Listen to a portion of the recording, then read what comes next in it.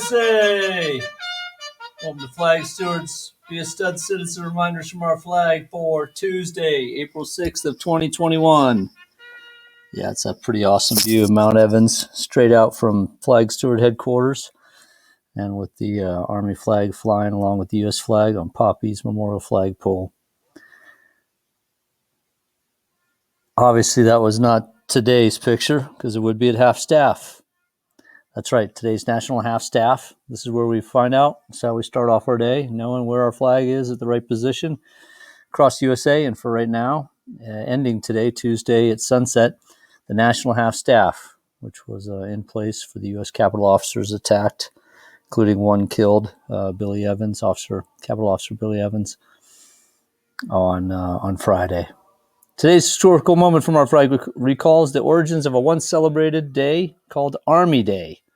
Yeah, I was actually in the Army Reserves, and I never heard of the Army Day. I've only heard of the Army birthday, being June 14th every year, same day as our Flag Day. But on this day, April 6th, in 1929, Army Day was celebrated to mark the anniversary of the United States jumping into World War I. Interestingly, Army Day was first celebrated the year before on May 1st in 1928 to try and reduce the communist holiday known as Workers' Day. So basically, it was made in opposition to the communist holiday. It's pretty funny. The government established Army Day to wake up Americans to the importance of national defense and inform them of a wide variety of Army activities conducted regularly so that we're ready to protect our freedoms at any moment. In 1936, President Roosevelt issued a proclamation.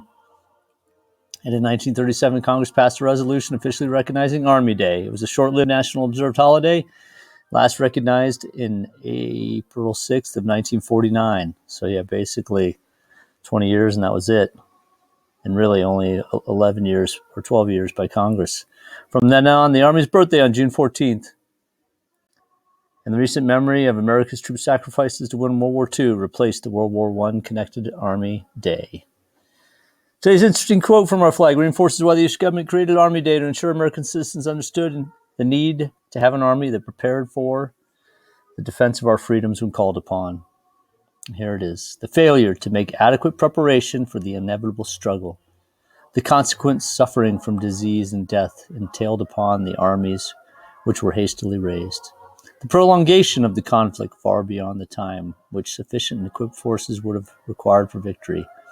And the heavy costs of reconstruction.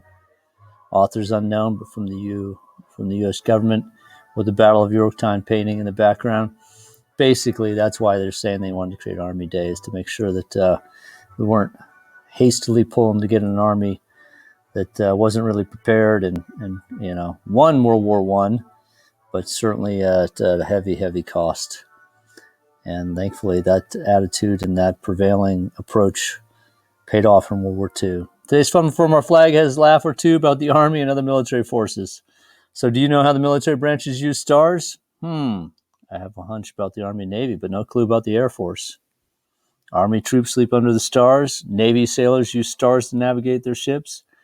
And of course, the soft, as we call them. I'm an old Marine, so we call them soft. Air Force personnel use the stars to rank their hotel choices. Nice. All right. And why do we use Twitter?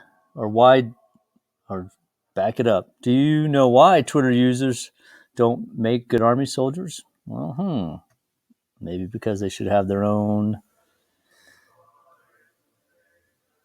out of their phones. What? Maybe because they should have their out of their phones? Actually, it's because Twitter users are too quick to retweet. All right, I'm completely confused by that one. How do I confuse myself on the own joke I wrote?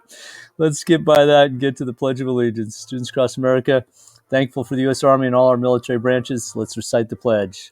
I pledge allegiance to the flag of the United States of America and to the republic for which it stands, one nation under God, indivisible, with liberty and justice for all. Tried to be funny today, and it did not work. Go on, be a stud citizen, keep America beautiful, and remember, in God we trust.